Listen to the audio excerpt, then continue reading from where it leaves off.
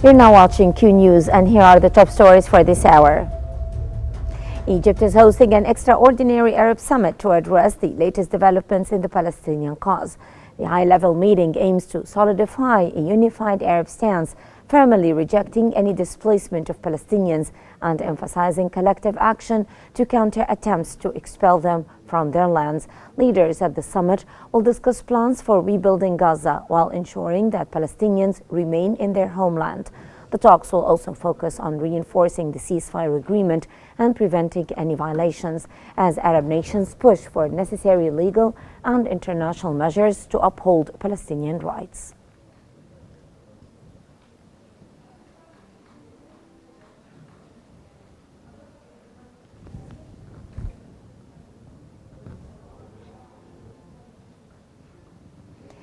Hamas has accused Israel of trying to reset negotiations by pushing to extend the first phase of the Gaza ceasefire agreement. A senior Hamas official stated that the only way to secure the release of Israeli detainees is by adhering to the agreement, immediately entering negotiations for the second phase, and ensuring Israel fulfills its commitments.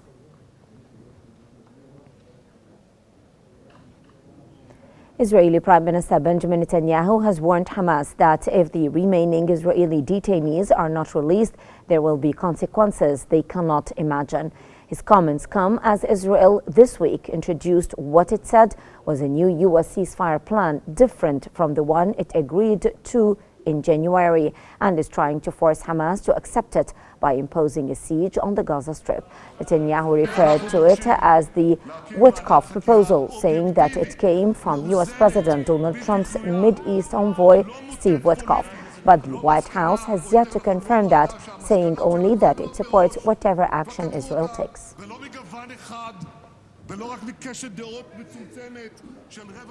Germany is calling on Israel to immediately allow unrestricted humanitarian aid into the Gaza Strip.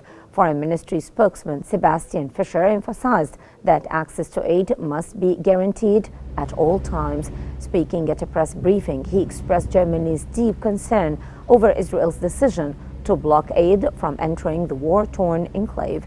He also stressed that humanitarian access should never be used as a bargaining tool in negotiations.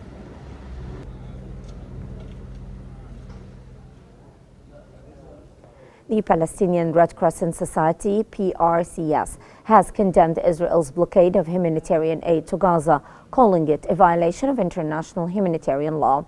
PRCS urged the signatory states to enforce these laws and demanded Israel to reopen all crossings, including Rafah and Beit Hanun.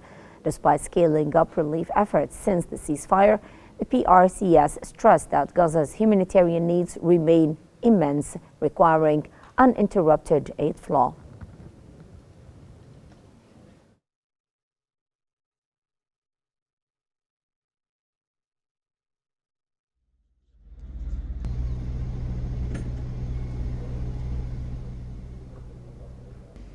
UN Secretary General Antonio Guterres is calling on all parties to prevent renewed hostilities in Gaza, to ensure the immediate flow of humanitarian aid and to secure the release of all detainees.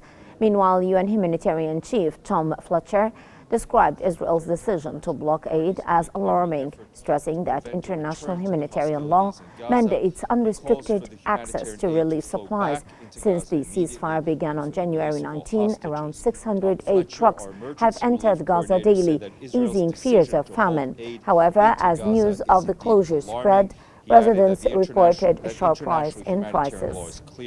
We must be allowed to access to deliver vital life-saving aid. We need to get aid. In Beirut, Lebanese President Joseph Aoun has landed in Riyadh, Saudi Arabia, on his first trip abroad since being elected on January 9. Saudi Crown Prince Mohammed bin Salman later met the president at his Al Yamama Palace, where the two leaders held a meeting. In an interview, Aoun said that he would ask Saudi Arabia to reactivate a $3 billion aid package to the Lebanese army during his visit.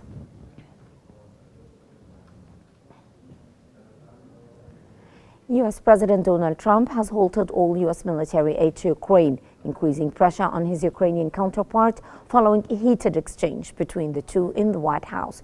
According to an anonymous senior U.S. Defense Department official, Bloomberg reported that the U.S. suspended all current military assistance to Ukraine until Trump is convinced that the country's leaders are committed to peace negotiations in good faith.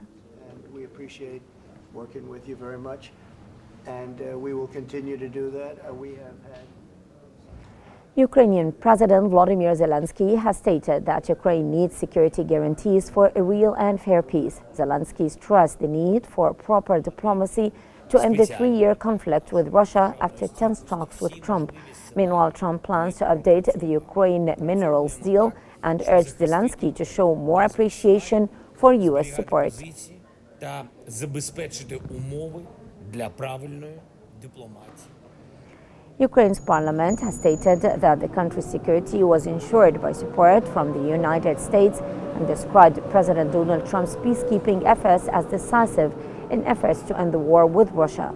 The statement emphasized that the Ukrainian people desire peace more than anyone else in the world and believe that the personal role of President Donald Trump, along with his peacekeeping efforts, will be decisive in the swift cessation of hostilities and the achievement of peace for Ukraine, Europe, and the entire world.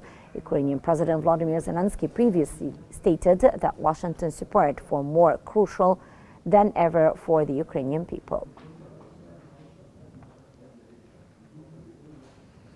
U.S. President Donald Trump has stated that Ukrainian President Volodymyr Zelensky should be more appreciative of Washington's support.